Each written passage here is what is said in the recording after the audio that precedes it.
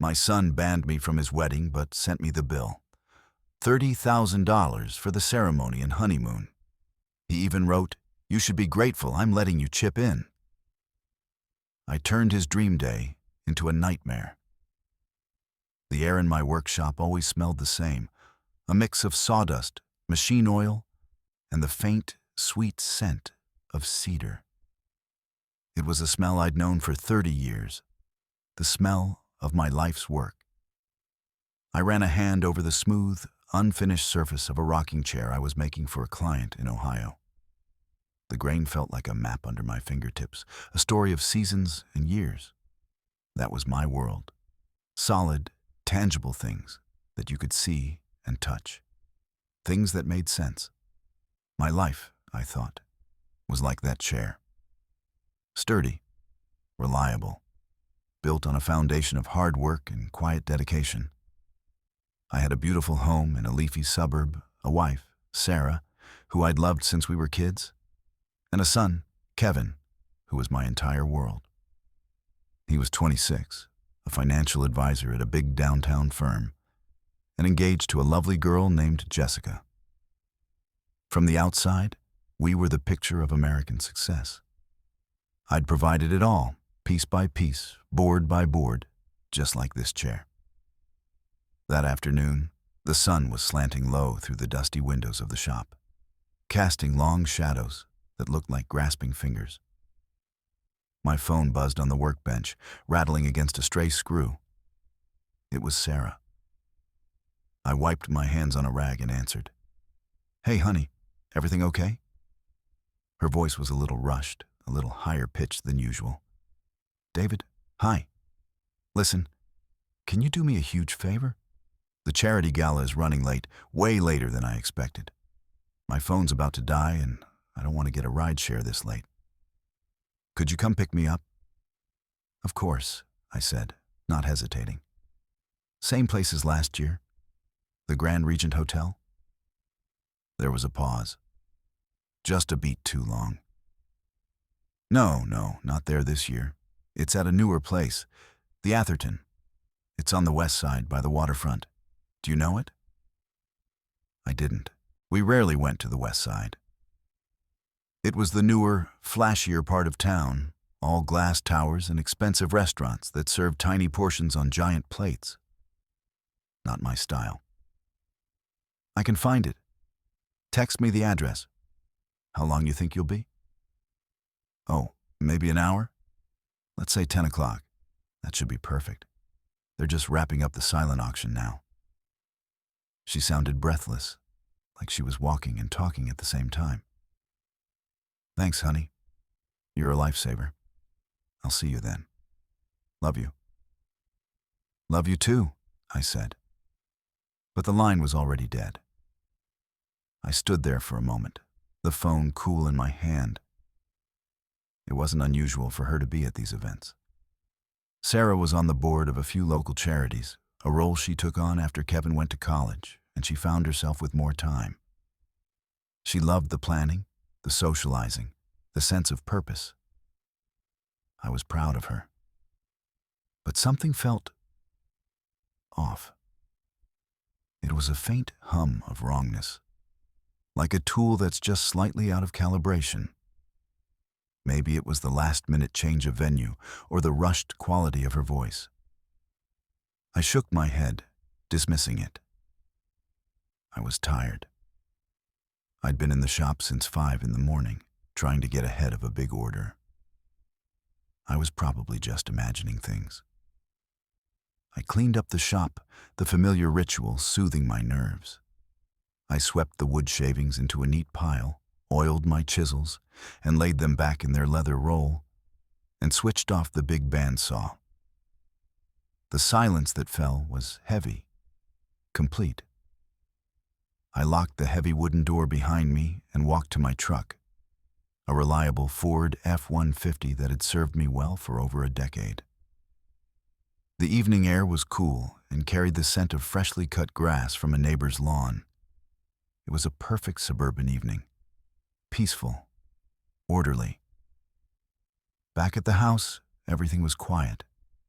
The lights were on, casting a warm, welcoming glow. But the place felt empty without Sarah's presence.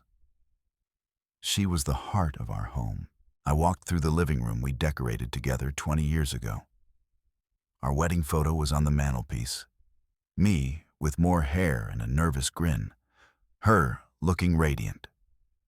Next to it was a picture of Kevin at his college graduation, holding his diploma, the spitting image of his mother.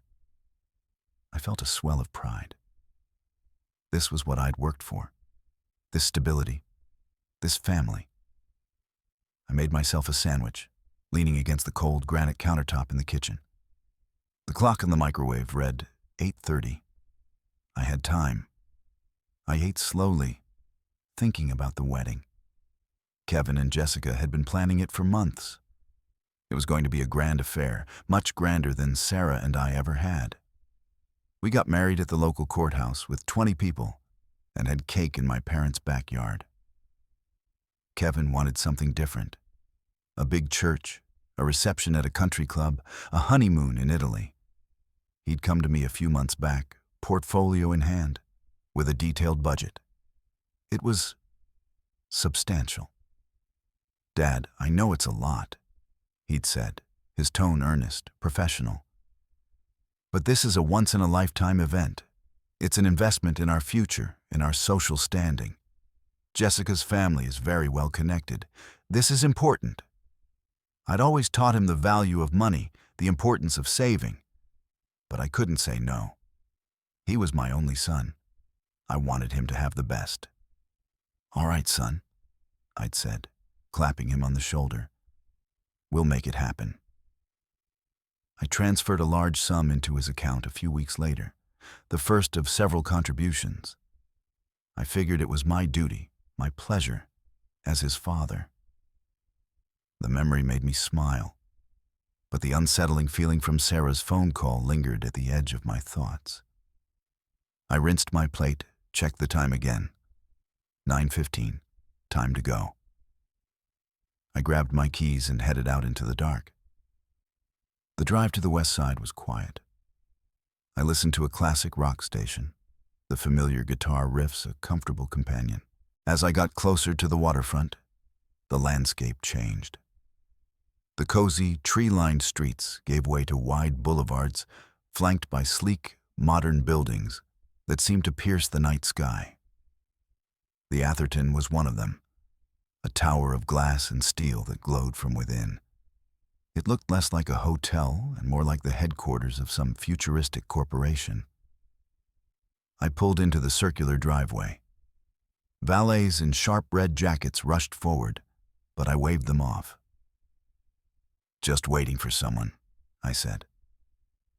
I parked in a designated waiting spot and texted Sarah. "Here, in the front driveway." A minute passed, then another. The lobby was a flurry of activity, people in expensive suits and glittering dresses coming and going. But it didn't look like a charity gala. There was no signage, no welcome desk, just the low thrum of exclusive wealth. My phone buzzed. A text from Sarah. "Almost done. Can you give me 15 more minutes? So sorry. Stay in the car, I'll come right out." "Okay," I typed back, feeling a prickle of annoyance. I hated waiting. It felt unproductive. I sat there, watching the city lights glitter on the dark water of the bay. 10 minutes crawled by, then 15, then 20.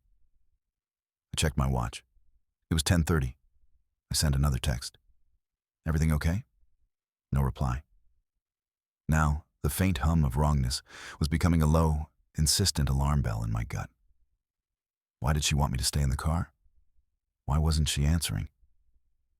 Maybe her phone had died after all. I should just go in, find the ballroom, and let her know I was there. It was the sensible thing to do. I got out of the truck, the cool night air doing little to calm the sudden tightness in my chest. I walked toward the enormous glass doors of the Atherton, my work boots feeling clumsy and loud on the polished marble. The doorman gave me a once-over, his expression a perfect blend of politeness and disdain. He probably thought I was a contractor or a delivery guy. "Can I help you, sir?" he asked. "I'm here to pick up my wife," I said, my voice sounding rougher than I intended. "Sarah Miller. She's at the charity event." The doorman's brow furrowed slightly. "Charity event, sir? I don't believe we have a large event tonight. Just the usual reservations for the rooftop lounge and the private suites." My blood ran cold. "The suites?" "Yes, sir. On the upper floors." He gestured vaguely toward a bank of gleaming elevators. My mind was racing, trying to piece it all together. No gala. A private suite. Stay in the car. It all felt wrong, deeply wrong. The alarm bell in my gut was screaming now. I had to know. I had to see for myself. "Which way to the lounge?" I asked, trying to keep my voice steady. "Penthouse floor, sir. But it's reservation only." I ignored him. I walked past the front desk, my heart pounding a heavy, frantic rhythm against my ribs. I felt 100 pairs of eyes on me, on my simple flannel shirt and worn jeans, a stark contrast to the tailored perfection around me. I felt like an intruder, a bull in a china shop. I stepped into an empty elevator, the doors sliding shut with a soft, expensive whoosh. I looked at the panel of buttons. There was one marked PH for penthouse. My hand trembled as I reached out and pressed it. The elevator began to ascend, silent and swift, carrying me up into the sky, toward a truth I was suddenly terrified to face. The smell of sawdust and cedar felt 1,000,000 miles away. It was the smell of a life that, I was beginning to suspect, was no longer mine. The elevator ride felt like an eternity. The mirrored walls reflected a man I barely recognized. His face was pale, his brow furrowed with a deep, anxious line. His eyes, my eyes, were wide with a dread that was coiling in the pit of my stomach, like a cold snake. The soft, generic music playing through the speakers sounded like a funeral dirge. With every floor we passed, the number lighting up in a soft, digital glow, the pressure in my chest intensified. 30 floors, 40, 50. Finally, with a gentle chime, the elevator slowed and the doors slid open to the penthouse level. I stepped out into a space that was the complete opposite of my workshop. It was all dim lighting, plush carpets that swallowed the sound of my footsteps, and low, modern furniture arranged in intimate clusters. The air was scented with something vaguely floral and expensive. Through a wall of floor-to-ceiling glass, the city sprawled below, a breathtaking carpet of glittering lights. But I wasn't there for the view. A hostess, a young woman who looked like she'd stepped off the cover of a magazine, approached me with a practiced, unwelcoming smile. "Good evening, sir. Do you have a reservation?" she asked, her voice smooth as silk. "I'm meeting my wife," I said, the words feeling thick in my mouth. "Sarah Miller." She tapped a few times on a tablet she was holding. Her perfectly manicured brow crinkled.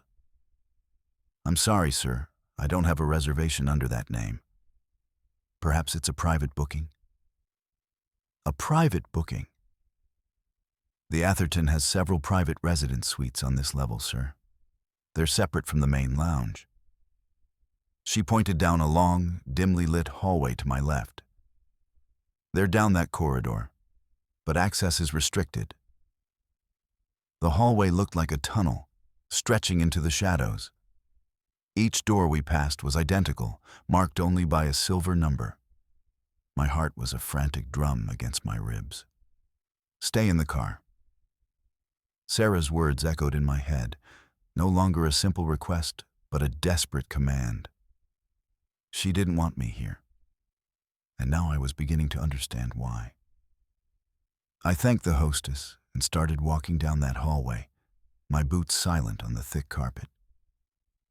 I felt like a ghost, moving through a world I didn't belong in. I didn't know which suite it was, or even if she was here at all. A part of me, a desperate, hopeful part, was praying I was wrong. That this was all a giant, paranoid misunderstanding. Maybe she was in the lounge and the hostess had missed her name. Maybe her phone really had died and she was waiting for me, worried. But the cold dread in my gut told me a different story. It was a primal instinct, a feeling that bypassed logic and went straight to the heart of things. I walked slowly, my eyes scanning the doors. Suite PH1, PH2. I had no idea what I was looking for. A sound? A sign? As I approached Suite PH3, I heard something. Muffled voices from within. A woman's laugh. It was a light, carefree sound. It was Sarah's laugh. I stopped dead. The sound hit me like a physical blow, knocking the air from my lungs. I stood frozen in the hallway, my ears straining. The laugh came again, followed by the deeper timbre of a man's voice. I couldn't make out the words, just the intimate, easy cadence of their conversation. My blood turned to ice water in my veins. This wasn't a charity gala. This wasn't a business meeting. This was something else entirely. My first impulse was to turn around, to run, to get back in my truck and drive away and pretend this never happened.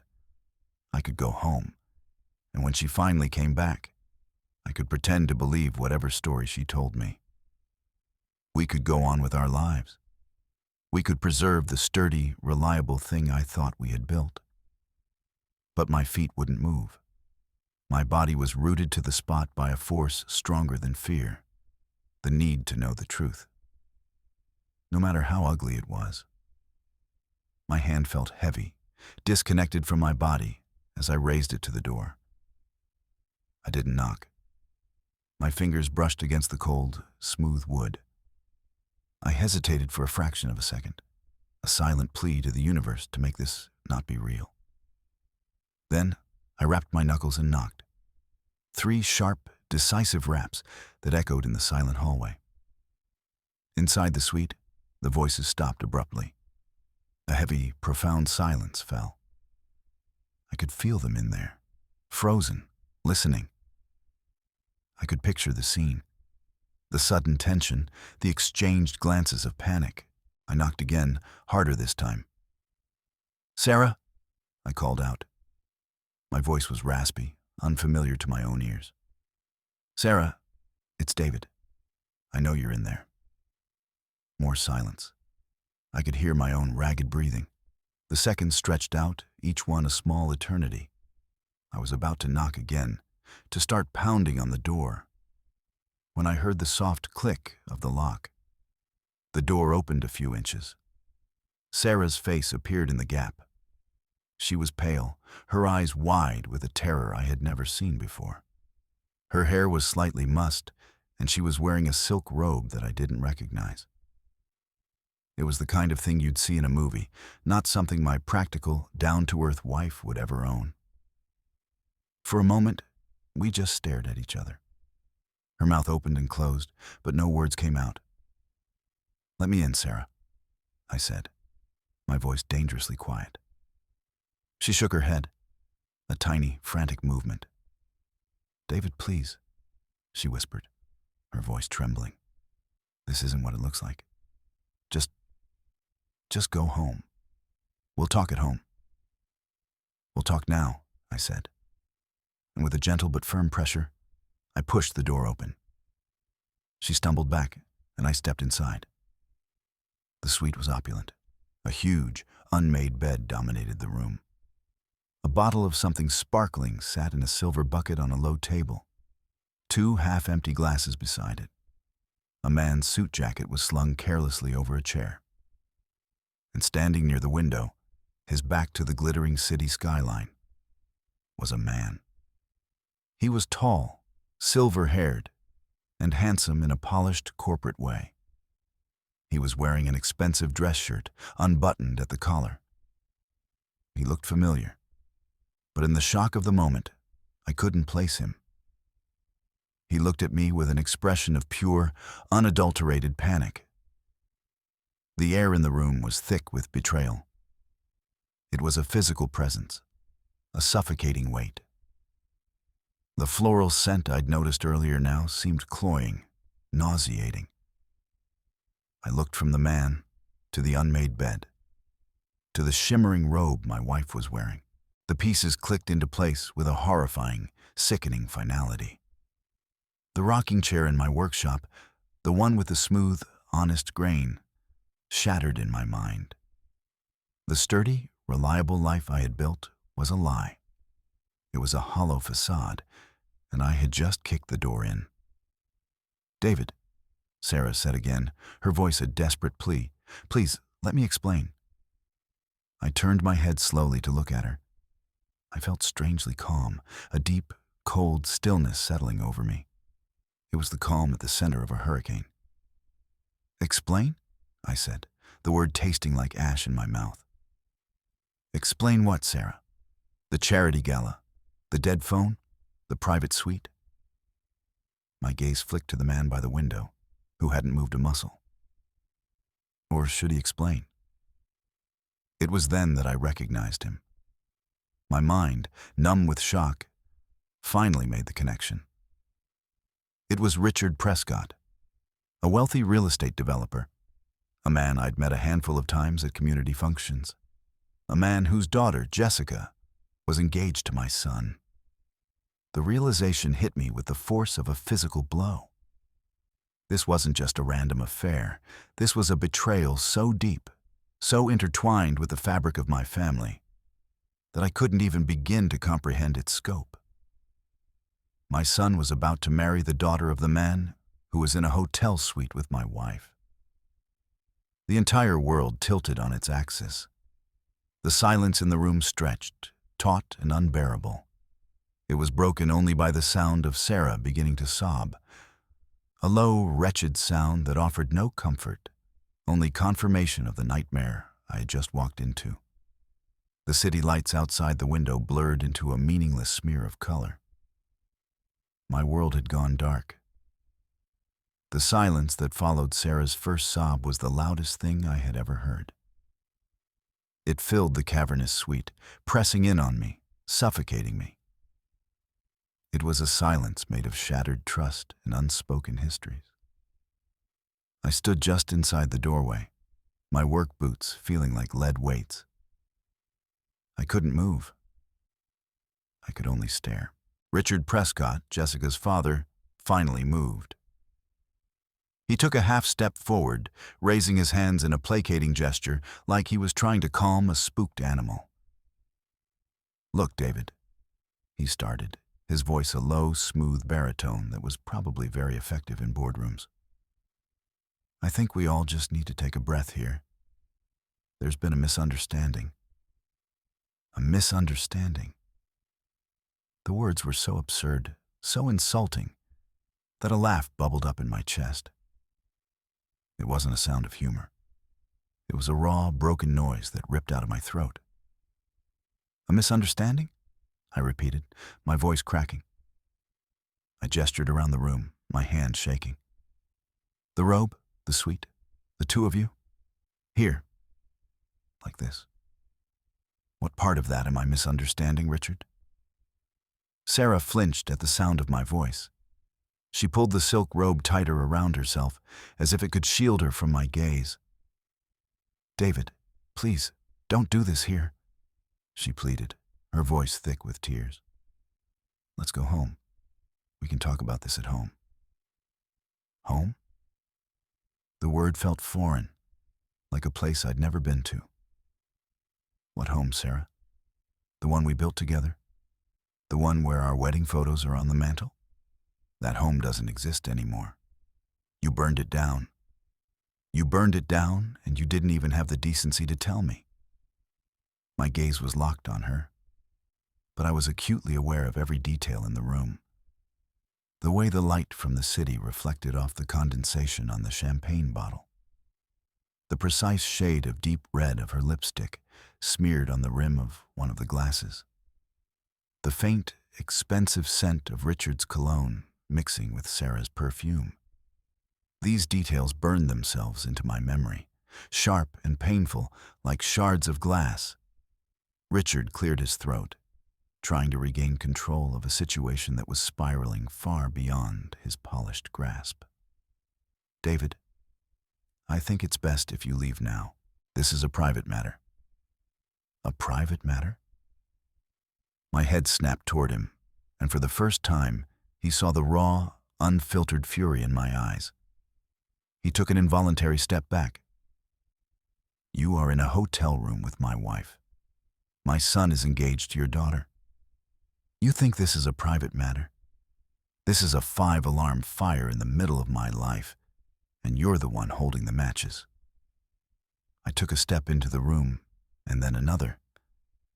I wasn't walking toward him to start a fight. I was just moving, trying to escape the paralysis that had gripped me. I walked over to the window and looked down at the city below. The cars were tiny specks of light, moving along predetermined paths. Everything looked so orderly from up here, so neat, a complete lie. "How long?" I asked, my back still to them. I didn't need to specify. They knew what I meant. The silence returned, heavier than before. Finally, Sarah's voice, small and broken, answered. "A little over a year." A year. 365 days. A year of charity galas that weren't galas. A year of late nights at the office that weren't at the office. A year of smiles, and I love yous, and shared meals. All of it built on a foundation of deceit. I thought about all the times I'd come home, tired from the shop, and she'd asked about my day. I thought about the plans we'd made for our retirement, the trip to see the national parks we were supposed to take. It was all a performance. I had been the sole member of the audience, and I hadn't even known I was watching a play. "Does Kevin know?" I asked, the question tearing at me. "Does my son know that his mother is sleeping with his future father-in-law?" "No." Sarah's voice was sharp, laced with panic. "Of course not. He would never. We would never."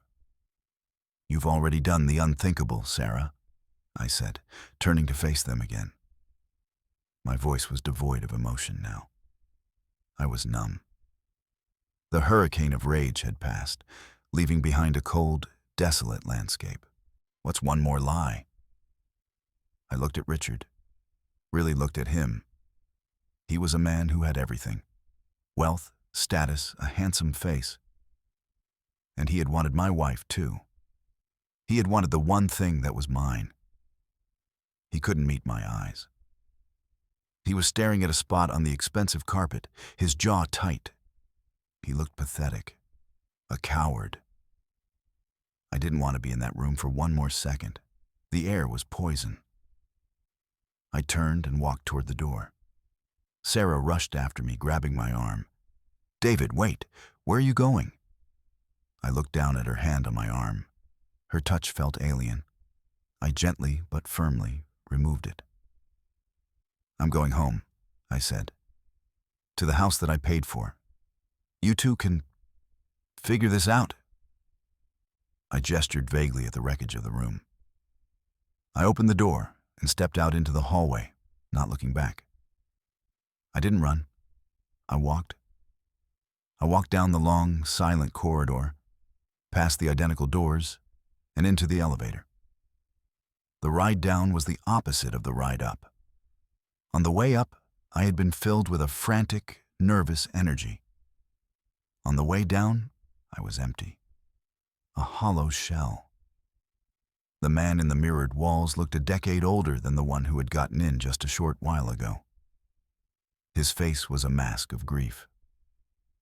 I walked through the lobby, oblivious to the stairs. The doorman who had looked down on me before now avoided my gaze as I pushed through the glass doors and out into the cool night air. The city sounds, the traffic, the distant sirens, all seemed muffled, as if I were underwater. I got into my truck and just sat there for a long time, the keys in my hand. I couldn't bring myself to start the engine. Where was I supposed to go? The concept of home had been obliterated. My workshop? It felt like a relic from another man's life. I finally put the key in the ignition and started the truck. The engine rumbled to life, a familiar, comforting sound in a world that had become completely unfamiliar. I drove. I didn't know where I was going. I just drove. I drove through the glittering streets of the West Side, past the laughing groups of people spilling out of clubs and restaurants. I drove through the quiet, sleeping suburbs. Each house I passed was a little box of secrets, a little stage for its own dramas. I had always assumed mine was a place of peace. I had been a fool. Eventually, I found myself parked on a hill overlooking the city. The same view that I had seen from the penthouse window, but from a distance. It looked different from here. Less glamorous, more real. Just a collection of lights and buildings where millions of people were living out their own complicated lives. I thought about Kevin and Jessica, their wedding, their bright, shiny future. Was it all a lie too? Was this marriage just a convenient merger for their cheating parents? The idea was so grotesque, it made me feel sick. The $30,000 I had already given Kevin for the wedding felt like blood money. I had been financing my own destruction. I sat in my truck for hours as the sky slowly began to lighten in the east, turning from inky black to a bruised purple, then to a soft, hopeful gray. The sun came up, but for me, the world was still dark. The day had been born, but my life, as I knew it, was over. I had seen the truth in that sterile, expensive hotel room. I had seen the rot at the core of my family. And I knew, with a certainty that chilled me to the bone, that this was only the beginning of the nightmare. The foundation had cracked. Now, the whole house was about to come crashing down. The drive back to my house, I couldn't call it our house anymore, was mechanical. My hands knew how to steer, my foot knew how to press the pedals, but my mind was a million miles away, replaying the scene in the hotel room in a torturous, endless loop.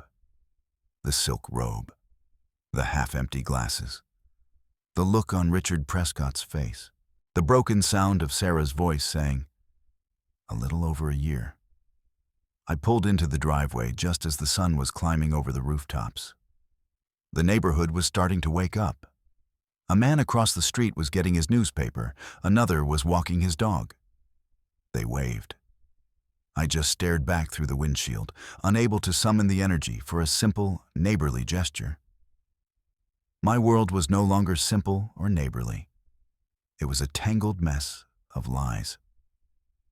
The house was quiet when I entered. It felt different, colder.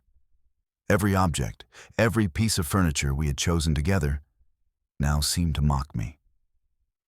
The family photos on the wall were like portraits of strangers. I walked into the kitchen and saw a note on the counter held down by a salt shaker. It was in Sarah's familiar, looping handwriting. "David, I'm at my sister's. Please, we need to talk. Call me." I crumpled the note in my fist and threw it in the trash. There was nothing to talk about. Everything that needed to be said had been communicated by her presence in that hotel room. I went upstairs, my feet heavy on the steps. I walked past our bedroom door without a glance and went into the guest room at the end of the hall. It was a sparse, impersonal space, mostly used for storage. I pulled a dusty comforter off a stack of boxes and lay down on the bed, fully clothed. Sleep was impossible. My mind was a racetrack of angry, wounded thoughts. A few hours later, my phone, which I'd left on the nightstand, began to buzz insistently. I ignored it. It buzzed again and again. Finally, I picked it up. A dozen missed calls from Sarah. 2 from her sister, and 1 from Kevin. My heart lurched. I didn't want to talk to him. I didn't know what to say. How could I have a normal conversation with my son, knowing what I knew?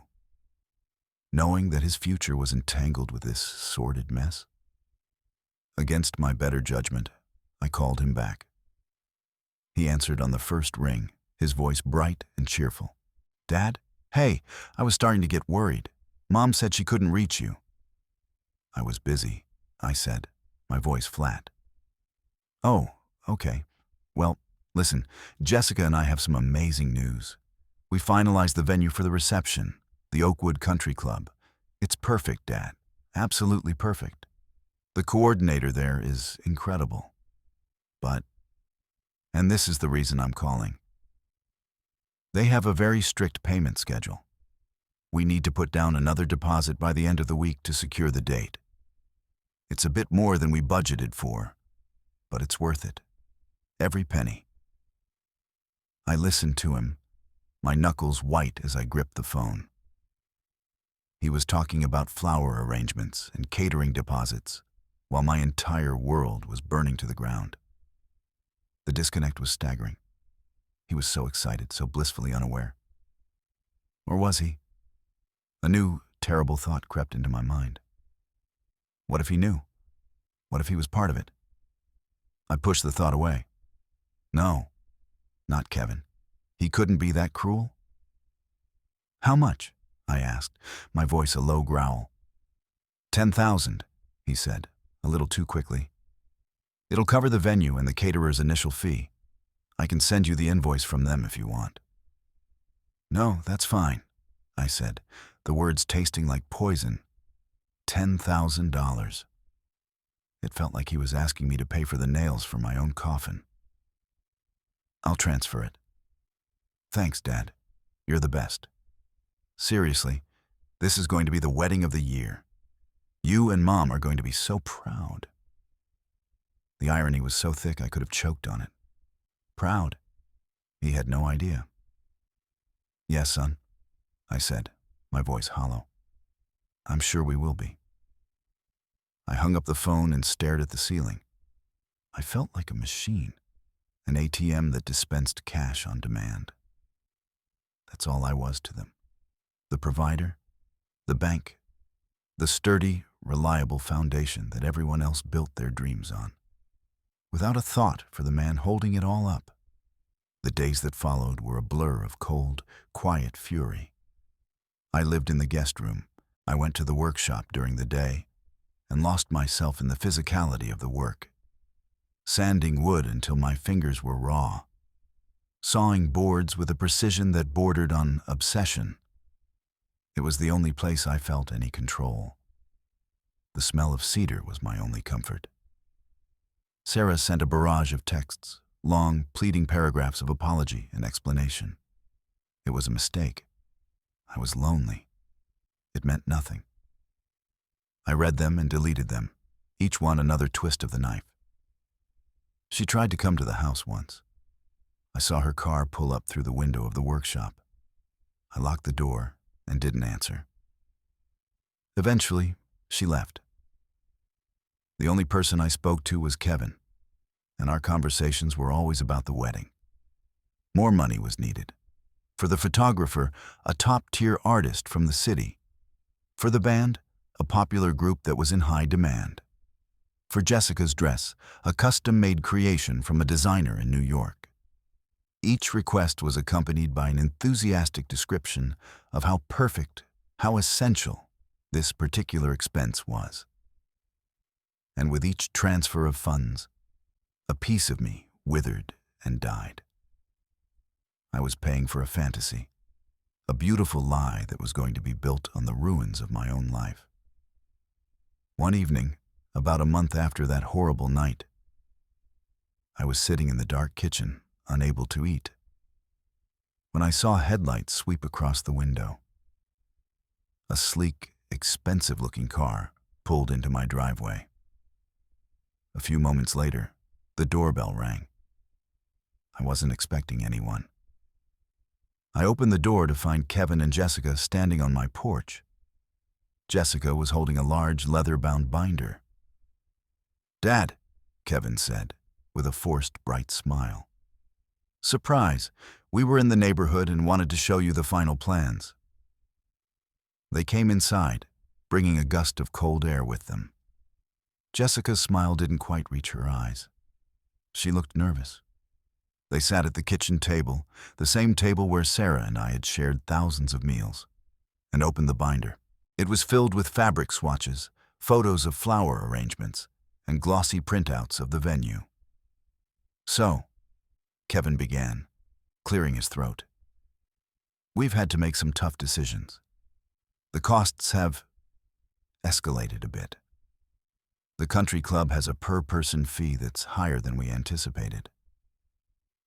We've had to be really ruthless with the guest list," Jessica added, her voice soft but firm. She flipped to a page with a long list of names. "We want the day to be about us, you know? About starting our future together. We want to be surrounded by our friends, people who are part of our new life." I just sat there, saying nothing, waiting for the other shoe to drop. I knew it was coming. Kevin took a deep breath. He wouldn't look at me. He was staring at a spot on the table, just like his future father-in-law had stared at the carpet in that hotel room. "Dad, we've talked about this a lot, and we've decided it would be best for everyone if you and Mom didn't come to the wedding." The words hung in the air, heavy and poisonous. I felt a strange sense of detachment, as if I were watching a scene in a movie. This couldn't be real. My own son, banning me from his wedding. "We just think there's too much drama," Jessica said, picking at a loose thread on her sleeve. "Your issues with Mom, we don't want that negativity tainting our special day. It should be a happy occasion." My issues with Mom. The way they phrased it, it was my fault. I was the problem. I was the negativity. The audacity of it was breathtaking. I wanted to scream. I wanted to tell them what I knew. I wanted to blow their perfect, manicured world apart. But I didn't. A cold, calculating calm washed over me. I looked at my son, at his handsome, earnest face, and I saw a stranger. A stranger who was willing to cut his own father out of his life for the sake of a perfect day. "I see," I said, my voice eerily steady. Kevin looked relieved that I wasn't yelling. He reached into his briefcase and pulled out an envelope. He slid it across the table toward me. "Look, Dad, we know this is hard, but we still want you to be a part of it, in a way." I opened the envelope. Inside was a single sheet of paper. It was an itemized bill. Ceremony expenses, Oakwood Country Club, $15,000. Honeymoon package, Amalfi Coast, Italy, $15,000. Total, $30,000. My eyes scanned the numbers, and then I saw the handwritten note at the bottom. It was in Kevin's neat, precise script. A script I had taught him how to write. It said, "You should be grateful I'm letting you chip in." Grateful. He wanted me to be grateful for the privilege of paying $30,000 for a wedding I was forbidden to attend. A wedding that would unite my son with the daughter of my wife's lover. The cold calm inside me solidified into something hard and sharp as diamond. This wasn't just an insult. This was a declaration of war. They hadn't just pushed me out. They had handed me the very weapon I would use to bring their whole charade crashing down. I looked up from the paper, a slow, strange smile spreading across my face. It probably looked terrifying. Kevin and Jessica shifted uncomfortably in their chairs. "Don't worry, son," I said, my voice soft as silk. I folded the bill neatly and tucked it into my shirt pocket. "I'll take care of it. You'll get your perfect day." They didn't understand the double meaning. They just saw compliance. They saw the ATM still worked. They smiled, relieved, thanked me profusely, and left, chattering excitedly about their perfect future. I watched them go, standing in the doorway of my empty, silent house. The war had been declared, and I had just accepted the terms. They had no idea who they were dealing with. They thought I was just a simple carpenter. They were about to find out how meticulously a man who builds things can also take them apart. After they left, I stood in the kitchen for a long time, the bill in my pocket feeling like a block of ice against my chest. The house was silent again, but this time it wasn't an empty silence. It was a charged silence, humming with the energy of my newfound purpose. The shock and grief that had hollowed me out for weeks were gone, replaced by something else, a cold, crystalline rage. It was a clean, pure anger, and it was strangely invigorating. For the first time since I'd walked into that hotel room, I felt alive. You should be grateful I'm letting you chip in. The words were seared into my brain. It was the arrogance that got me, the sheer, unmitigated entitlement. They hadn't just betrayed me, they had dismissed me. I was a relic from a past they wanted to erase, but one they still expected to fund their future. They saw me as a wallet, a utility, not a person, not a father. The pain of that realization was immense, but it was a motivating pain. It was the grit that would make the pearl. I took the bill out of my pocket and smoothed it out on the kitchen table. $30,000, a staggering sum. For them, it was the price of a party. For me, it had become the price of my self-respect. I would pay it. Oh, I would pay it. But not in the way they expected. The next morning, I didn't go to the workshop. Instead, I sat at the kitchen table with a fresh legal pad and a pen. The first thing I did was call my bank. I spoke to my personal banker, a man named George, whom I'd known for 20 years. "George, it's David Miller," I said. "I need you to do something for me. I'm going to be making a series of large payments over the next few weeks. Wedding expenses for my son. I need you to transfer $30,000 from my main savings account into a new, separate checking account. I want to be able to track every single penny that goes out." "Of course, David. Congratulations on the wedding. Is Kevin finally tying the knot?" George was a friendly, talkative man. "He is," I said, my voice tight. "A very special occasion."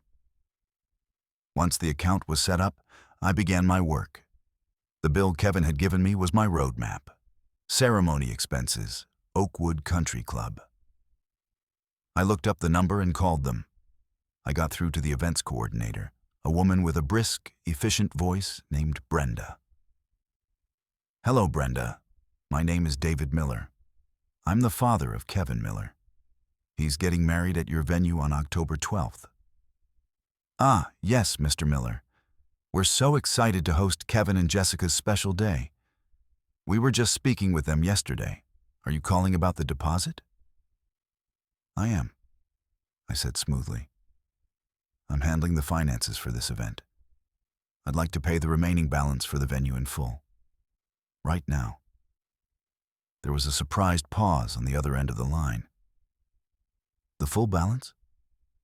"Mr. Miller, that's very generous, but it's not due for another 6 weeks." "I'm aware.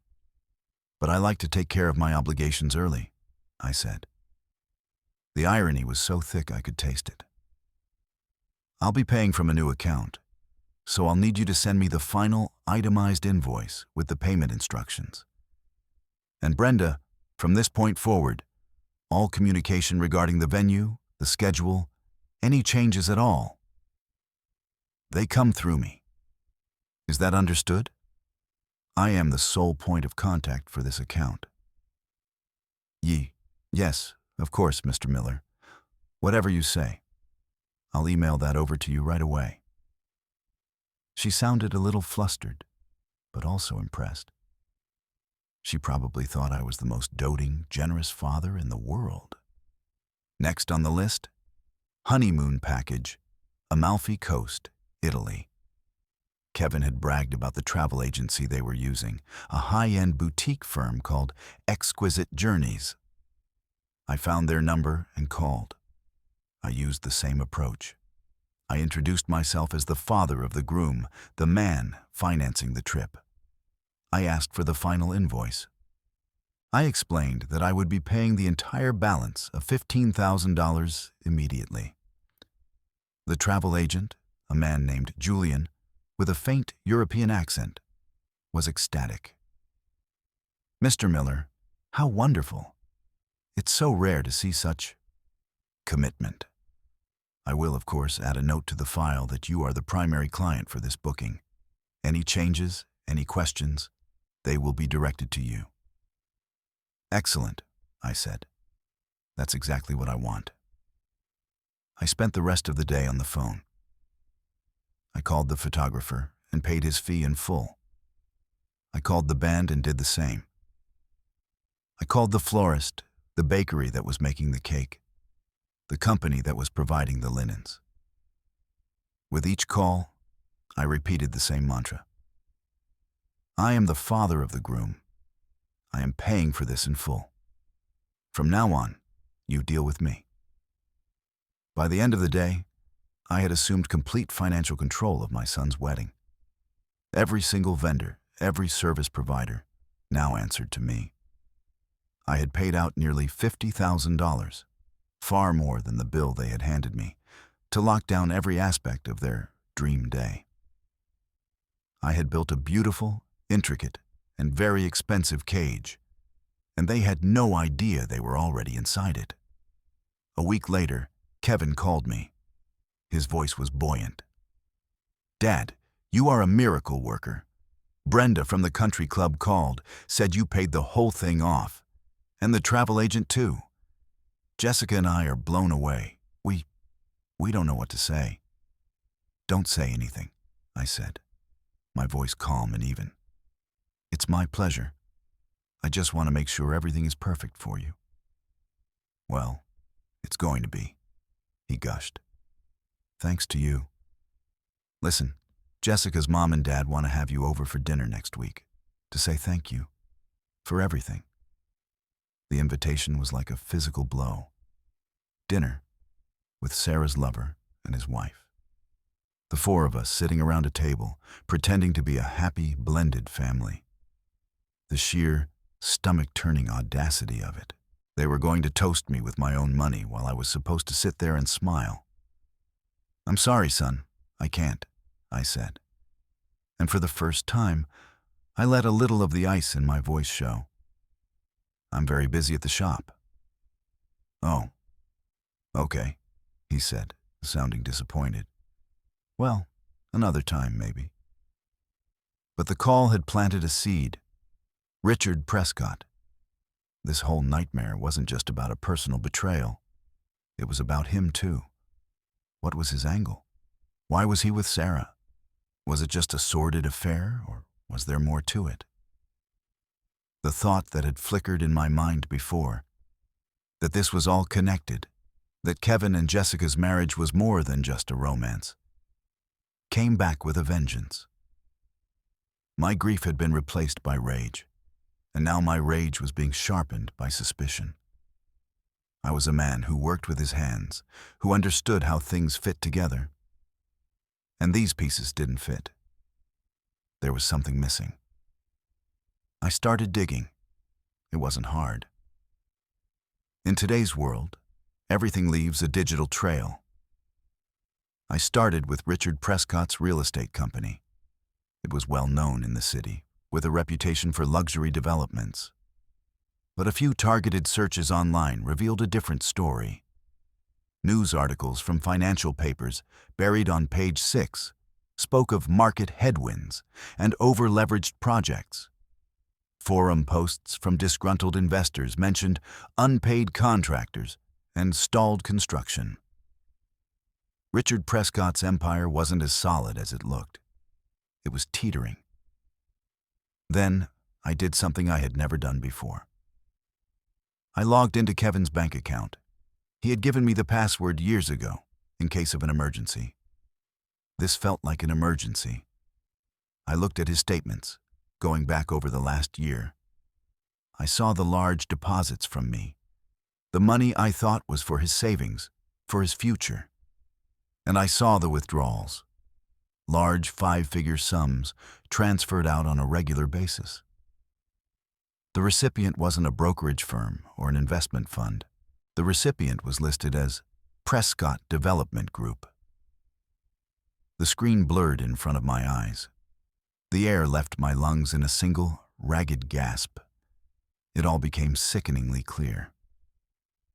Kevin wasn't just my son. He was a conduit. I wasn't just funding a wedding.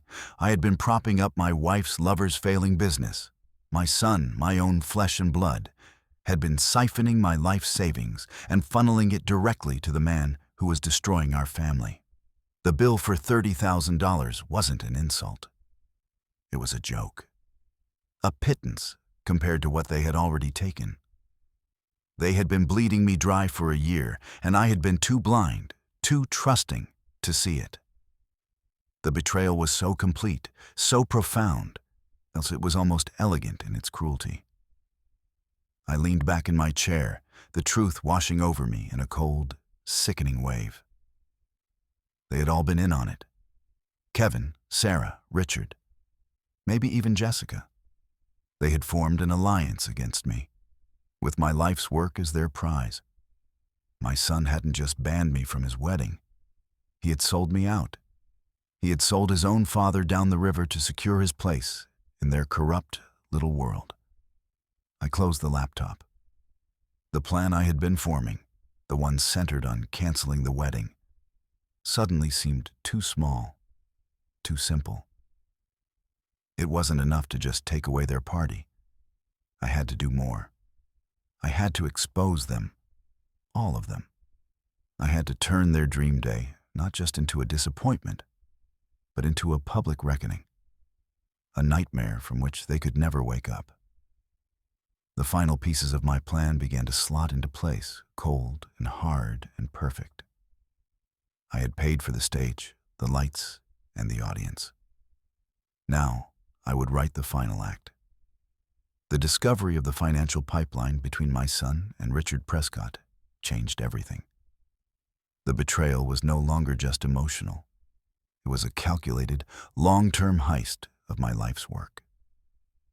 My anger, which had been a cold, hard diamond, now began to burn with a white-hot intensity.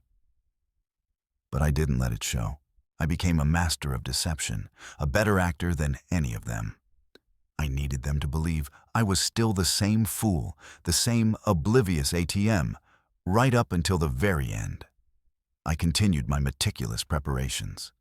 I had an ironclad contract with every single vendor, and I had paid in full. This was crucial. It meant they couldn't be swayed by a last-minute plea from Kevin or Jessica. Their loyalty was to me, the man who had paid them. I called Brenda at the Oakwood Country Club again. "Brenda, David Miller here. I have a small addition to the day's schedule." "Of course, Mr. Miller. What did you have in mind?"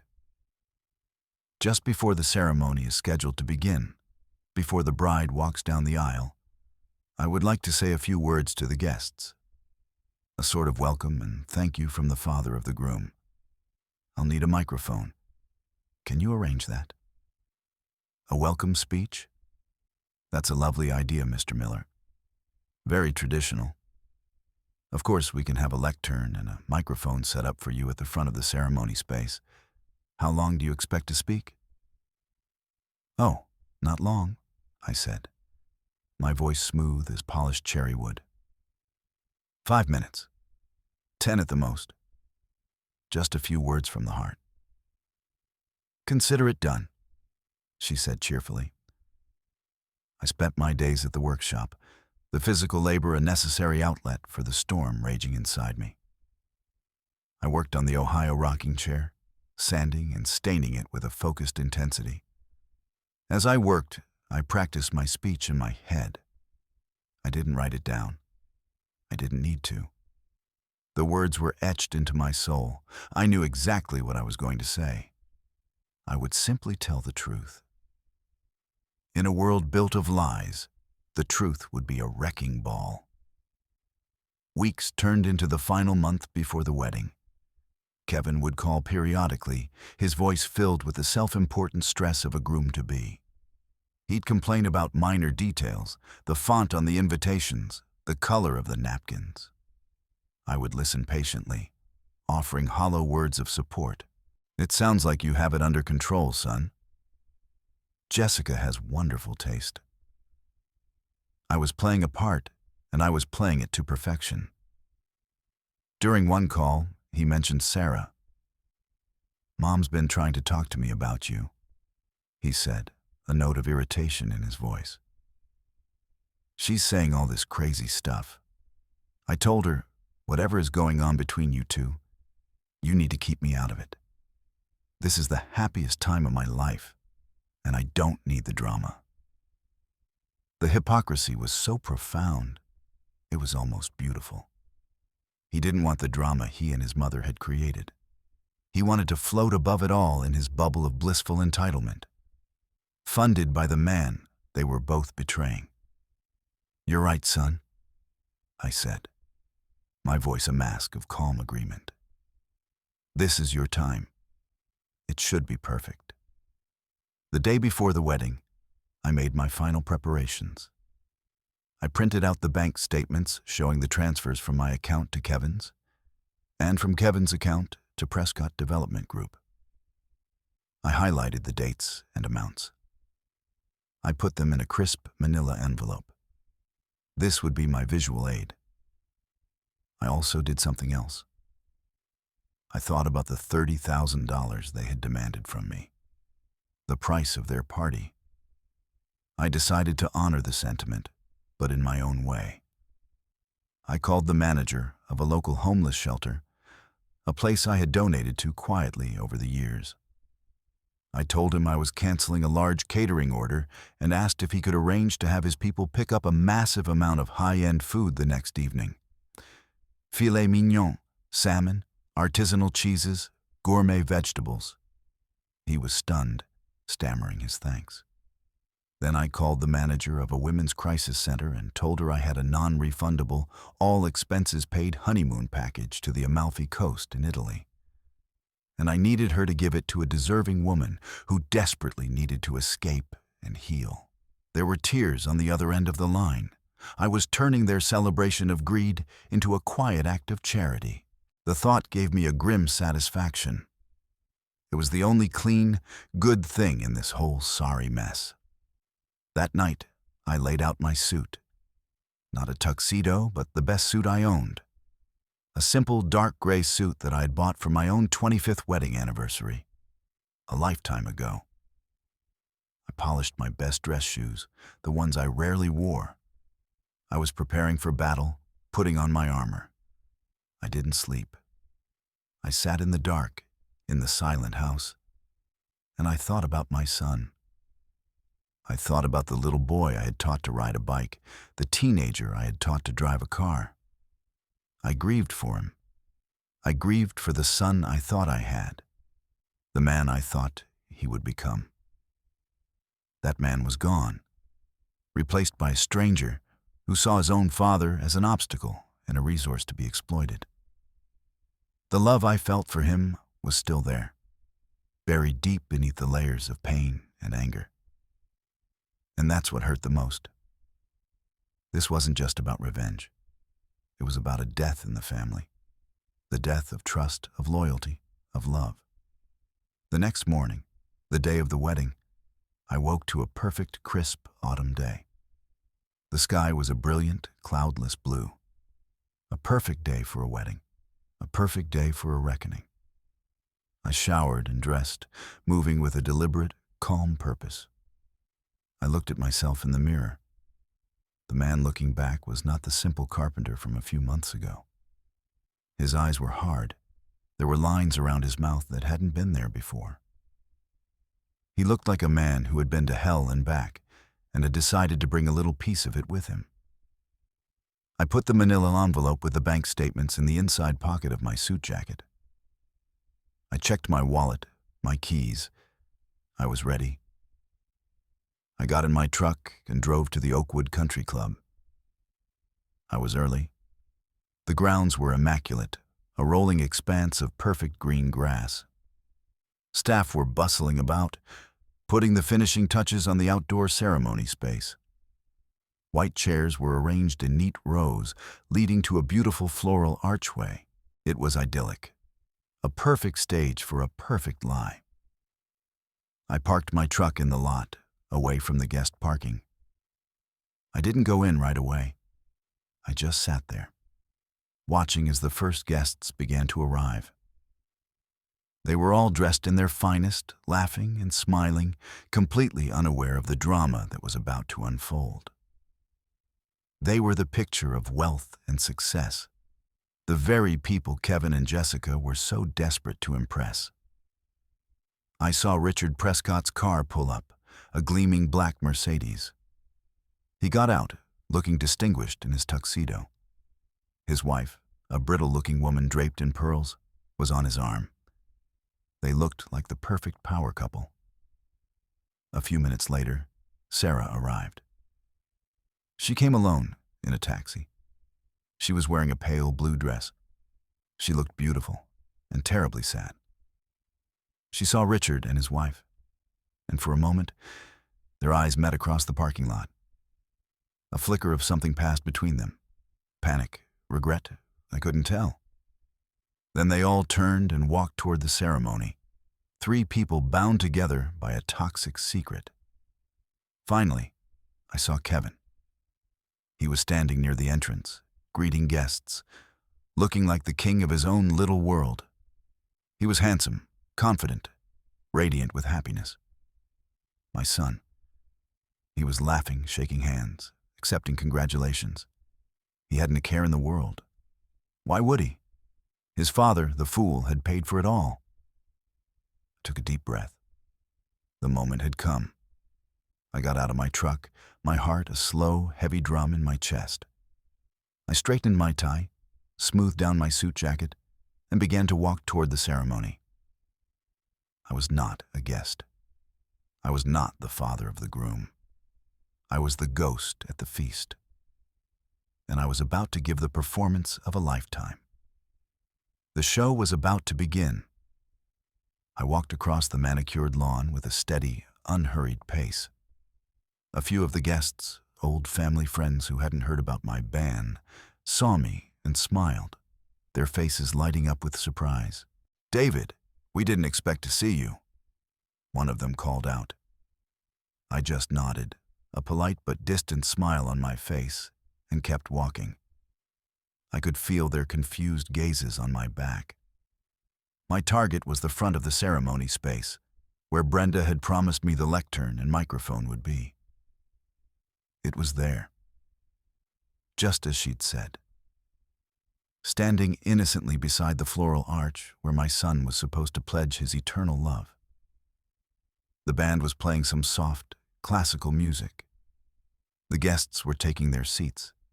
The air was filled with a low, happy buzz of conversation. It was all so perfect, so fragile. I saw Kevin first. He was standing with his groomsmen, nervously adjusting his bow tie.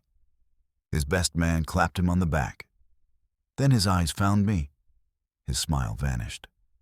A look of pure, panicked confusion washed over his face. He started toward me, his mouth opening to say something, probably to ask what in the world I was doing here. But I ignored him. My gaze swept over the crowd and found the people I was looking for. Sarah was sitting in the front row, on the bride's side, next to Richard's wife. An attempt at solidarity, I supposed. She saw me, and all the color drained from her face. She looked terrified.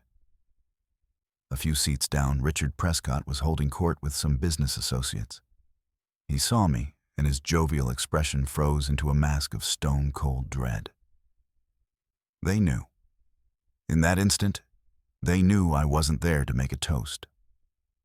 I reached the lectern just as the music swelled, signaling the start of the procession. This was my cue. I stepped up to the microphone, my heart hammering against my ribs. I tapped it once. The sharp sound cut through the music and the chatter. A hush fell over the crowd. All eyes turned to me. The band faltered, then stopped playing. "Good afternoon, everyone," I began, my voice clear and steady, amplified across the silent lawn. "For those of you who don't know me, my name is David Miller. I am the father of the groom." I paused, letting the words sink in. I could see Kevin frozen, halfway between his groomsmen and me, his face a mask of disbelief and horror. "I know what you're thinking," I continued, my voice calm, conversational. "You're thinking the father of the groom is supposed to give a speech at the reception, not before the ceremony. But I felt it was important to say a few words now, to set the stage, so to speak. Because a wedding is about truth. It's about honesty. And I felt you all deserved to know the truth behind this beautiful, perfect day." I let my eyes drift to the front row, locking onto Sarah. She looked like she was going to be sick. You see, I was not invited to this wedding. My son and his lovely fiancée. He decided that my presence would bring too much negativity to their special day. But they were kind enough to send me the bill. $30,000 for the ceremony and the honeymoon. A small price to pay, they told me, for the privilege of chipping in. A wave of murmurs rippled through the crowd. People were exchanging confused, shocked glances. "But I'm a man who believes in paying his debts," I said, my voice hardening slightly. "So I paid. In fact, I paid for everything. This beautiful venue, the flowers, the band you were just enjoying, the gourmet meal that was supposed to be served later, the $15,000 honeymoon to Italy. I paid for it all, in full." I reached into my jacket and pulled out the manila envelope. And that's when I discovered why they needed my money so badly. It wasn't just for a wedding. I held up one of the bank statements. You see, for the past year, my son, Kevin, has been systematically funneling my life savings, hundreds of thousands of dollars, to his future father-in-law, Mr. Richard Prescott. I pointed directly at Richard, who looked like he had been turned to stone. Mr. Prescott's company, as some of you may know, is in serious financial trouble, and I, without my knowledge, have been his personal bailout fund, all facilitated by my son. The murmurs grew into a loud, shocked buzz. I saw Richard's wife turn to him, her face a thundercloud of fury. And why this strange alliance? Why would my son betray me for this man? I let the question hang in the air for a beat. Then my eyes found Sarah again. Her face was buried in her hands. Because for the last year, while I was working in my shop to provide for my family, my wife, Sarah, has been having an affair with Mr. Prescott. A collective gasp went through the crowd. It was a single, unified sound of shock. It was finally out. The ugly, rotten truth, laid bare for all to see under the perfect blue sky. "So, you see," I said, my voice dropping to a near whisper. But the microphone carried every word. "This wedding isn't a celebration of love. It's a business transaction. It's the union of two families, bound together by greed, infidelity, and deceit. And they wanted me to pay for it, to finance my own humiliation." I took a deep breath. But as I said, I'm a man who pays his debts. The $30,000 bill has been paid. The food from the reception you were all looking forward to is, at this very moment, being delivered to a local homeless shelter. And the luxurious honeymoon to Italy? I've given it to a survivor from a women's crisis center who could use a real escape. I figured she deserved it more. I looked at my son. Kevin was standing there, utterly broken. Tears were streaming down his face. His perfect day, his perfect life, had crumbled into dust around him in the space of 5 minutes. He looked at me, his eyes pleading, but there was nothing left to say. "So, I'm afraid there will be no wedding today," I announced to the stunned crowd. "Every contract for this event has been fulfilled and terminated. By me, the man who paid for it. You are all welcome to enjoy the beautiful grounds for a little while longer, but the party is over." I looked one last time at the wreckage I had created. Sarah sobbing into her hands. Richard being confronted by his furious wife. And Kevin, my son, standing alone amidst the ruins of his lies. I felt a deep, profound sadness, but no regret. They had built this nightmare. I just turned on the lights. I stepped away from the lectern, my work done. I didn't look at anyone else. I just turned and walked away, back toward my truck. The silence behind me was absolute for a moment, and then it erupted into chaos. Shouting, crying, the screech of chairs being pushed back. I didn't turn around. I just kept walking. I got in my old Ford, started the engine, and pulled out of the parking lot. In my rearview mirror, I could see the chaos on the lawn, a scene of social carnage. I drove away from the Oakwood Country Club, away from the life I once had, away from the son who was now a stranger. The road ahead was empty. I didn't know where it would lead. But for the first time in over a year, I felt free. The weight had been lifted. The truth had been told. The account was settled.